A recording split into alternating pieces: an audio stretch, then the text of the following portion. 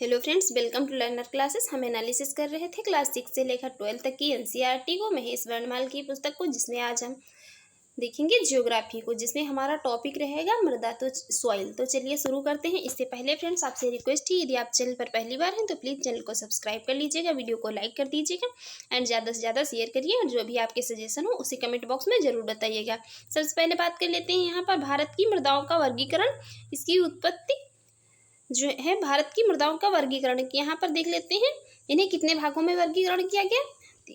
एक, इसे जलोढ़ मृदा, काली मृदा, लाल मृदा और पीली मृदा, लैटेराइट मृदा, शुष्क मृदा, लवणीय मृदा, पीट मृदा और वन मृदा, इतने भागों में इस भारत की जो मिट्टियाँ हैं इन्हें वर्गीकृत किया गया है। नेक्स्ट है यहाँ पर, नेक्स्ट देखते हैं मृदा की उत्पत्ति। मृदा जो है सॉइल की उत्पत्ति, सॉइल शब्द जो है इसकी उत्पत्ति हुई है लैटिन भाषा के सोलम शब्द से। लैटिन भाषा का किस शब्द से? सोलम शब्द जो है, इससे सॉइल या मृदा शब्द की उत्पत्ति हुई, जिसका शाब्दिक अर्थ है फर्श या फ्लोर। भारत के सर्वाधिक क्षेत्र में कौन सी मृदा पाई जाती है? भारत के सर्वाधिक क्षेत्र में पाई जाती है जलोढ़ या एलुवियल सॉइल या कछारी मृदा, जिसे कहा जाता है जलोढ़ या एलुवियल सॉइल या कछारी मृदा। ये भारत के सर्वाधिक क्षेत्र में पाई जाती है। रेगुर मृदा को किस अन्य नाम से जाना जाता है? रेगुर मृदा को कहा जाता है काली मृदा, काली मिट्टी या रेगुर मृदा कहा जाता है। नेक्स्ट है, रेगुर मृदा का सर्वाधिक विस्तार किस राज्य में पाया जाता है? पाया जाता है महाराष्ट्र में। रेगुर मृदा का सर्वाधिक विस्तार पाया जाता है महाराष्ट्र में। मालवा पठार के किस मृदा की अधिकता है? मालवा पठार में काली मृदा की अधिकता है। मालवा पठार में जो है तो काली मृदा की वहाँ पर अधिकता है। काली मृदा के और क्या क्या नाम है? काली मृदा को स्वतः जुताई वाली मृदा भी कहा जाता है, जिसमें सिंचाई की कम आवश्यकता पड़ती है। यह मृदा कपास की खेती के लिए सबसे उपयुक्त मानी जाती है और इसे जो है कपासी मिट्टी भी कहा जाता है। काली मृदा जो है तो इसे स्वतः जुताई वाली या कपासी मिट्टी कहा जाता है। पीला रंग फेरिक ऑक्साइड के कारण होता है, जबकि लाल रंग लोहे के ऑक्साइड के कारण होता है। जो पीली मृदा जिसे कहा जाता है तो उसमें जो उसका पीला रंग होता है ये फेरिक ऑक्साइड के कारण होता है, और जिसका जो लाल मृदा होती है उसका लाल रंग होता है तो वो लोहे के ऑक्साइड के कारण होता है। लेटेराइट मृदा मुख्यतः किन राज्यों में पाई जाती है? लेटेराइट सॉइल मुख्यतः किन राज्यों में पाई जाती है? केरल, कर्नाटक एवं महाराष्ट्र में। लेटेराइट या लेटेराइट सॉइल केरल, कर्नाटक और महाराष्ट्र में पाई जाती है। लोहे की मात्रा अधिक होने के कारण कौन सी मृदा दिनों दिन अनवर या इनफर्टाइल होती जा रही है? ये लेटेराइट मृदा। लेटेराइट मृदा जो है तो ये लोहे की अधिकता होने के कारण, इसमें लोहे की अधिक मात्रा जो है अधिक होती जा रही है, इसके कारण यह दिन पर दिन क्या है इनफर्टाइल होती जा रही है। इसमें फसल की उत्पादकता कम होती जा रही है। मृदा की क्षारीयता को कम करने के लिए जिप्सम का प्रयोग किया जाता है। मृदा में क्षारीयता बढ़ जाती है तो इसे कम करने के लिए जिप्सम का प्रयोग किया जाता है। लेटेराइट मृदा भारत में मुख्यतः कहाँ पाई जाती है? मालाबार तटीय प्रदेश में। लेटेराइट मृदा भारत में मुख्यतः मालाबार तटीय प्रदेश में पाई जाती है। सबसे कम जल धारण क्षमता किस मृदा की होती है? सबसे कम जल धारण क्षमता होती है बालुई या दोमट मृदा। बलुई दोमट मृदा जो होती है, बलुई दोमट मिट्टी, इसकी जल धारण क्षमता सबसे कम होती है। पौधे को सबसे अधिक जल किस प्रकार की मृदा से प्राप्त होता है? ये चिकनी मृदा से। चिकनी मिट्टी जो होती है यहाँ पर पौधे को सबसे अधिक जल प्राप्त होता है। मृदा की उर्वरता बढ़ाने के लिए कौन सी फसलें उगाई जाती हैं? मृदा की उर्वरता बढ़ाने के लिए दलहनी फसलें उगाई जाती हैं। मृदा की उर्वरता बढ़ाने के लिए दलहनी फसलें उगाई जाती हैं। नेक्स्ट है यहाँ पर चंबल घाटी का निर्माण किस भौगोलिक प्रक्रिया से हुआ है? चंबल घाटी है या चंबल वैली, तो इसका निर्माण किस भौगोलिक प्रक्रिया से हुआ है? अवनालिका अपर्दन से। अवनालिका अपर्दन से चंबल घाटी का निर्माण हुआ है। चाय बागानों के लिए कौन सी मृदा उपयुक्त है? लेटेराइट मृदा। चाय बागानों के लिए चाय की फसल लेटेराइट मृदा में अच्छी होती है। चाय बागानों के लिए लेटेराइट मिट्टी सबसे उपयुक्त मानी जाती है। दोमट मृदा या एलुवियल सॉइल में कौन कौन से कण पाए जाते हैं? इसमें गाद, मृतिका या रेत के कण पाए जाते हैं। तीनों प्रकार के कण पाए जाते हैं। इसमें सिल्ट, क्ले और सैंड, तीनों प्रकार के ये एलुवियल सॉइल में पार्टिकल्स पाए जाते हैं। नेक्स्ट है, भारत की मृदाओं में किस सूक्ष्म तत्व की सर्वाधिक कमी है? वो है जस्ता। भारत की जो मृदाएं हैं इसमें जस्ते की सर्वाधिक कमी है। गंगा के मैदान की पुरानी जलोढ़ मृदा कहलाती है, ये कहलाती है बांगर। गंगा के मैदान की जो पुरानी जलोढ़ मृदा है इसे कहा जाता है बांगर, बांगर कहलाती है। अम्लीय या एसिडिक मृदा को कृषि योग्य बनाने के लिए किस खनिज का प्रयोग किया जाता है? वो खनिज होता है लाइम या चूना। अम्लीय मृदा जो है उसको कृषि योग्य बनाने के लिए लाइम या चूने का प्रयोग किया जाता है, और जो क्षारीय मृदा होती है उसको कृषि योग्य बनाने के लिए जिप्सम का प्रयोग किया जाता है। भारत में सर्वाधिक क्षारीय मृदा किस राज्य में पाई जाती है? ये पाई जाती है उत्तर प्रदेश में। भारत में सर्वाधिक क्षारीय मृदा है जो है ये उत्तर प्रदेश राज्य में पाई जाती है। लवणीय मृदा में नाइट्रोजन व चूने की अल्पता पाई जाती है। लवणीय मृदा में नाइट्रोजन और चूने की अल्पता पाई जाती है। जैव मृदा ऑर्गेनिक सॉइल का रंग नीला क्यों हो जाता है? ऑर्गेनिक सॉइल का रंग नीला हो जाता है अम्लीय व फेरस आयरन के कारण। ऑर्गेनिक सॉइल या जैव मृदा का रंग नीला हो जाता है अम्लीय व फेरस आयरन के कारण। पश्चिमी राजस्थान की मृदा में किस खनिज की आवश्यकता पाई जाती है? पाई जाती है कैल्शियम की। कैल्शियम की अधिकता पाई जाती है जो पश्चिमी राजस्थान की मृदा है। मरुस्थलीय मृदा या डिजर्ट सॉइल में किस पोषक तत्व का अभाव पाया जाता है? नाइट्रोजन का। जो मरुस्थलीय रेगिस्तानी या डिजर्ट सॉइल है इसमें यहाँ की मृदा में नाइट्रोजन का अभाव पाया जाता है। मृदा अपरदन को, सॉइल इरोजन को किस प्रकार रोका जा सकता है? ये रोका जा सकता है कई प्रकार से। इसमें एक प्रकार है ये इसका वनारोपण द्वारा इसको रोका जाता है। अब यहाँ पर ये पीएच मान के अनुसार मृदा की प्रकृति देख लेते हैं। इसमें 1 से 6 तक पीएच मान जिसका है वो कहलाती है अम्लीय एसिडिक सॉइल, और जिसका 7 पीएच मान है वो कहलाती है उदासीन या क्या न्यूट्रल सॉइल। 8 से 14 पीएच मान जिसका है कहलाती है क्या क्षारीय मिट्टी या एल्केलाइन सॉइल। नेक्स्ट है यहाँ पर लाल और पीली मृदा अम्लीय प्रकृति की होती है। लाल और पीली मृदा क्या है? ये अम्लीय प्रकृति की होती है जिसमें नाइट्रोजन, फास्फोरस और ह्यूमस जैव पदार्थ की कमी होती है। लाल और पीली मृदाएं जो है अम्लीय प्रकार की होती है। इनकी प्रकृति कैसी होती है? अम्लीय, जिसमें नाइट्रोजन, फास्फोरस जैसे और ह्यूमस जैसे जैव पदार्थों की क्या है? कमी होती है। नेक्स्ट यहाँ पर अब हम प्राकृतिक वनस्पतियों की बात कर लेते हैं। यहाँ पर जो प्राकृतिक वनस्पतियाँ हैं भारत में इन्हें जो है 16 प्रमुख भागों में बांटा गया है। प्राकृतिक वनस्पतियों को जो विभिन्न प्रकार के वनों का यहाँ पर समूह दिया हुआ है, देख लेते हैं यहाँ पर किस प्रकार की वन का कितना % है। तो यहाँ पर जो ये उष्णकटिबंधीय आर्द्र सदाबहार वन है तो इसका जो है ये कितने कुल क्षेत्रफल का 2.61% है, और उष्णकटिबंधीय अर्ध सदाबहार वन है ये 9.27% है। उष्ण नम पर्णपाती वन है ये 17.65% है। तटीय एवं दलदली वन जो है ये केवल 0.73% पर ही पाए जाते हैं। उष्णकटिबंधीय शुष्क पर्णपाती वन जो है तो ये 40.86% क्षेत्रफल पर पाए जाते हैं। और यहाँ पर जो उष्णकटिबंधीय कांटेदार वन है ये 2.72 वर्ग क्षेत्रफल जो है इस पर पाए जाते हैं। नेक्स्ट यहाँ पर जो है उष्णकटिबंधीय शुष्क सदाबहार वन है तो ये मात्र जो है 0.12% क्षेत्रफल पर ही पाए जाते हैं। नेक्स्ट यहाँ पर है उपोष्ण कटिबंधीय चौड़ी पत्ती युक्त पर्वतीय वन। ये जो उपोष्ण कटिबंधीय चौड़ी पत्ती युक्त पर्वतीय वन है ये पाए जाते हैं 4.26% क्षेत्रफल पर। उपोष्ण कटिबंधीय कोणधारी वन पाए जाते हैं 2.36% क्षेत्रफल पर। उपोष्ण कटिबंधीय शुष्क सदाबहार वन जो है ये पाए जाते हैं 0.02 क्षेत्रफल पर। माउंटेन आर्द्र समशीतोष्ण वन कितने पाए जाते हैं 2.66% पर। हिमालयी समशीतोष्ण वन पाए जाते हैं 3.35% पर। हिमालयी समशीतोष्ण वन जो है तो पाए जाते हैं 0.73% पर। और यहाँ पर ये जो है उप अल्पाइन एवं अल्पाइन वन, ये जो उप अल्पाइन और अल्पाइन वन है तो ये पाए जाते हैं कितने? मात्र 1.96% पर। तो सबसे कम जो यहाँ पर है किस प्रकार के वनों का क्षेत्रफल है? सबसे कम जो है तो यहाँ पर ये जो है पाए जाते हैं उपोष्ण कटिबंधीय शुष्क सदाबहार वन। ये मात्र जो है 0.02% क्षेत्रफल पर ही पाए जाते हैं। नेक्स्ट है यहाँ पर भारत के सर्वाधिक बृहत क्षेत्र में किस प्रकार के वन पाए जाते हैं? तो सर्वाधिक पाए जाते हैं उष्णकटिबंधीय शुष्क पर्णपाती वन। भारत के सर्वाधिक बृहत क्षेत्रफल पर जो है ये उष्णकटिबंधीय शुष्क पर्णपाती वन पाए जाते हैं। उष्णकटिबंधीय सदाबहार वन क्षेत्रों में औसत वर्षा कितनी होती है? 200 सेंटीमीटर से अधिक। उष्णकटिबंधीय सदाबहार वन क्षेत्रों में औसत वर्षा 200 सेंटीमीटर से अधिक होती है। भारतीय वनस्पतिक सर्वेक्षण के संस्थापक सर जॉर्ज किंग थे तथा इसकी स्थापना 13 फरवरी 1890 को हुई थी।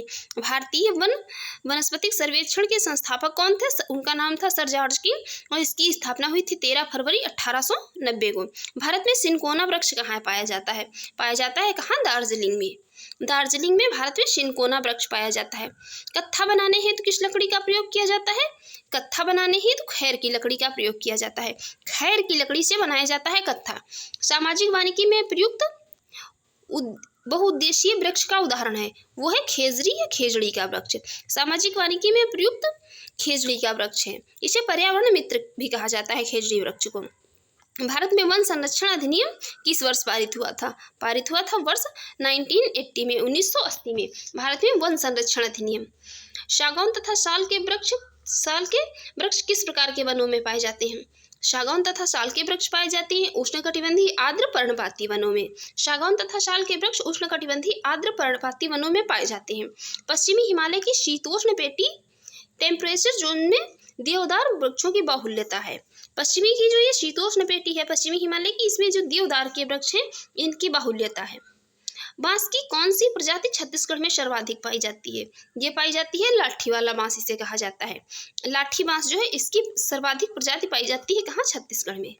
नेक्स्ट यहाँ पर बात करते हैं। नेक्स्ट है लंबी जड़ों और नुकीले कांटों तथा शूल युक्त झाड़ियां और लघु वृक्षों वाले वन सामान्यतः पाए जाते हैं। ये कहाँ पाए जाते हैं? राजस्थान में। राजस्थान या रेगिस्तान का जो भी इलाका है वहाँ पर ये लंबी जड़ों और नुकीले गांठों तथा शूल युक्त झाड़ियों और लघु वृक्षों वाले वन पाए जाते हैं, ताकि जो है इनमें अधिक इनकी जो है पत्तियाँ इसलिए नुकीली होती हैं ताकि जो है ये अधिक अपना वाष्पोत्सर्जन न होने पाए इनका, और लंबी जड़ें जो है तो यहाँ पर नीचे तक जो है गहराई तक जाकर पानी प्राप्त कर सकें, इसलिए ये जो है पाए जाते हैं कहाँ? राजस्थान में। संयुक्त राष्ट्र खाद्य एवं कृषि संगठन की नवीन रिपोर्ट के अनुसार वार्षिक स्तर पर वन क्षेत्रों में सबसे ज्यादा वृद्धि में भारत को विश्व में कौन सा स्थान प्राप्त हुआ है? ये कौन सा स्थान प्राप्त हुआ है भारत को? इंपॉर्टेंट है, याद रखिए। प्राप्त हुआ है कौन सा? 8वां स्थान प्राप्त हुआ है भारत को। भारत 8वें नंबर पर रहा है। भोजपत्र या भोजपत्र वृक्ष कहाँ पाया जाता है? ये पाया जाता है हिमालय में। भोजपत्र पाया जाता है हिमालय में। ये जो पलाश का वृक्ष होता है, पलाश के वृक्ष को जंगल की आग भी कहा जाता है। पलाश का वृक्ष जो होता है तो इसे क्या कहा जाता है? जंगल की आग भी कहा जाता है। नेक्स्ट यहाँ पर है भारत के किस राज्य में सागौन के वन पाए जाते हैं? भारत में सागौन के वन पाए जाते हैं कहाँ? मध्य प्रदेश में। मध्य प्रदेश में सागौन के वृक्ष पाए जाते हैं। समुद्र तल से सर्वाधिक ऊंचाई पर पाया जाने वाला कौन सा वृक्ष है? यह है देवदार का वृक्ष। देवदार का वृक्ष जो है समुद्र तल से सर्वाधिक ऊंचाई पर पाया जाता है। चिपको आंदोलन के प्रणेता कौन थे? ये थे सुंदरलाल बहुगुणा। सुंदरलाल बहुगुणा चिपको आंदोलन के प्रणेता थे। भारतीय वन सर्वेक्षण FSI की स्थापना कब हुई थी? ये हुई थी 1 जून 1981 को। 1 जून 1981 को। भारत में मैंग्रोव वनस्पति कितने क्षेत्रफल में विस्तृत है? भारत में जो ये मैंग्रोव फॉरेस्ट है कितने क्षेत्रफल में है? 4992 वर्ग किलोमीटर में। ये जो ISFR 2021 की रिपोर्ट के अनुसार है। ये जो है क्षेत्रफल इसका घट बढ़ भी जाता है हर वर्ष की रिपोर्ट के। भारतीय वन प्रबंधन संस्थान या Indian institute of forest management IIFM की स्थापना वर्ष 1982 में भोपाल में की गई थी। कब की गई थी? 1982 में भोपाल में। नेक्स्ट यहाँ पर बात करते हैं भारत की 8 वनस्पतिक क्षेत्रों की बात कर लेते हैं। यहाँ पर भारत के जो 8 वनस्पतिक क्षेत्र हैं, पहला है पश्चिमी हिमालय क्षेत्र। इसका विस्तार कहाँ है? कश्मीर से कुमायूं तक। पश्चिमी हिमालय क्षेत्र जो है इसका विस्तार है कहाँ पर? कश्मीर से कुमायूं तक। इसमें पाए जाते हैं शीतोष्ण कटिबंधीय भाग और अल्पाइन क्षेत्र। तो शीतोष्ण कटिबंधीय क्षेत्रों में जो आते हैं तो चीड़, देवदार, शंकुधारी वृक्ष या कोनीफर्स व चौड़ी पत्ती वाले शीतोष्ण वृक्ष। और जो अल्पाइन क्षेत्र है ये शीतोष्ण से ऊपरी सीमा कहलाती है, जिसमें श्वेत देवदार, श्वेत भोज वृक्ष व सदाबहार वृक्ष शामिल हैं। पूर्वी हिमालय क्षेत्र है ये सिक्किम से दार्जिलिंग तक का क्षेत्र है। इसमें आते हैं शीतोष्ण क्षेत्र, जिसमें शामिल है ओक, जायफल, द्विफल, बड़े फूलों वाले सदाबहार वृक्ष एवं छोटी बेंत के जंगल पाए जाते हैं। नेक्स्ट है असम क्षेत्र। असम क्षेत्र कहाँ से कहाँ तक विस्तारित है? ब्रह्मपुत्र एवं सुरमा घाटियों तक। इसमें सदाबहार वन और बीच बीच में घने बांसों तथा लंबी घासों के झुरमुट पाए जाते हैं। नेक्स्ट है यहाँ सिंधु का जो मैदानी क्षेत्र, ये सिंधु का मैदानी क्षेत्र जो है तो इसमें ये कहाँ कहाँ विस्तारित है? ये विस्तारित है पंजाब, पश्चिमी राजस्थान और उत्तरी गुजरात के मैदान। यहाँ यह क्षेत्र शुष्क व गर्म है, इसमें कटीले वन और झाड़ियाँ मिलती हैं। नेक्स्ट है गंगा का मैदानी क्षेत्र। ये कहाँ? ये कछारी मैदान है, इसमें गेहूं, चावल और गन्ने की खेती की जाती है। नेक्स्ट है दक्कन का क्षेत्र, भारतीय प्रायद्वीप समग्र भूमि। दक्कन का क्षेत्र जो है तो ये भारतीय प्रायद्वीप समग्र भूमि तक इसका विस्तार है। इसमें पतझड़ वाले वृक्षों के जंगलों से लेकर तरह तरह की जंगली झाड़ियों के वन मिलते हैं। नेक्स्ट यहाँ पर सातवां मालाबार क्षेत्र, ये प्रायद्वीपीय घाट तक का विस्तार है। यहाँ घने जंगलों के अतिरिक्त व्यापारिक फसलें जैसे नारियल, सुपारी, काली मिर्च, काफ़ी, चाय, रबड़ और काजू इत्यादि पाए जाते हैं। नेक्स्ट यहाँ पर अंडमान क्षेत्र, तो ये अंडमान द्वीप में इसका विस्तार है। इसमें सदाबहार, अर्धसदाबहार, कक्ष वनस्पति, समुद्री तटीय व अपलावी जंगलों की जो है अधिकता पाई जाती है। अब यहाँ पर भारत के प्रमुख वानिकी शोध संस्थानों की बात कर लेते हैं। इनकी स्थापना कब हुई और इनके जो है ये किस राज्य में है? यहाँ पर पहला है forest research institute. Forest research institute की स्थापना हुई थी 1906 में। क्षेत्र इसका देहरादून और कहाँ है? उत्तराखंड में है। एरिड फॉरेस्ट रिसर्च इंस्टीट्यूट 1985 में स्थापना हुई थी। क्षेत्र जोधपुर और इस है कहाँ? राजस्थान में। नेक्स्ट है institute of would science and technology. ये 1838 में स्थापना हुई थी। क्षेत्र है इसका बेंगलुरु और ये राज्य में किसके? कर्नाटक के। Rain forest research institute 1988 Jorhat क्षेत्र है और ये कहाँ है? असम में, असम राज्य में है। नेक्स्ट है यहाँ पर institute of forest genetics and tree breeding. ये कहाँ है? ये है 1988 में इसकी भी स्थापना हुई थी। कोयम्बटूर और तमिलनाडु, कोयम्बटूर क्षेत्र में है और इसका जो है तमिलनाडु राज्य में है। तमिलनाडु राज्य के कोयम्बटूर क्षेत्र में है। नेक्स्ट है यहाँ पर centre of social forestry and eco rehabilitation. ये कहाँ है? ये है इसकी स्थापना हुई थी कब? 1992 में। ये प्रयागराज में है और उत्तर प्रदेश के प्रयागराज में है। उत्तर प्रदेश के प्रयागराज में है। नेक्स्ट है हिमालयन फॉरेस्ट रिसर्च इंस्टीट्यूट। इसकी स्थापना हुई थी 1977 में। हिमाचल प्रदेश के शिमला में स्थित है। नेक्स्ट है advance centre for biotechnology and mangrove forest. इसकी 1997 में स्थापना हुई थी। ये तेलंगाना के कैपिटल हैदराबाद में है। तेलंगाना की कैपिटल हैदराबाद में है। नेक्स्ट है ट्रॉपिकल फॉरेस्ट रिसर्च इंस्टीट्यूट। इसकी स्थापना हुई थी 1988 में। मध्य प्रदेश के जबलपुर में स्थित है। नेक्स्ट है यहाँ पर मध्य प्रदेश के, ये कहाँ है? जबलपुर में स्थित है। नेक्स्ट यहाँ पर कौन सा है? नेक्स्ट है institute of forestry research and human resources development.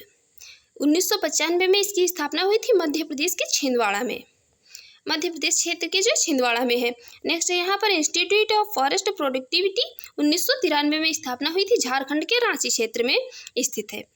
Next है Indian plywood industries research and training institute.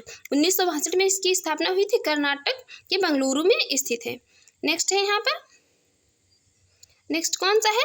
Next है Indian institute of forest management. 1982 में स्थापना हुई थी। मध्य प्रदेश के भोपाल में है। नेक्स्ट है जीबी पंत हिमालयी पर्यावरण एवं विकास संस्थान। 1988 में इसकी स्थापना हुई थी। उत्तराखंड के अल्मोड़ा क्षेत्र में स्थित है। नेक्स्ट है 15वां यहाँ पर उष्णकटिबंधीय वनस्पति उद्यान और अनुसंधान संस्थान। 1979 में इसकी स्थापना हुई थी। केरल के तिरुवनंतपुरम में है। नेक्स्ट है यहाँ पर ये वृक्षों को बचाने के लिए चिपको आंदोलन की शुरुआत उत्तराखंड के टिहरी गढ़वाल जनपद से की गई थी। वृक्षों को बचाने के लिए जो है तो इसकी शुरुआत कहाँ से की गई थी?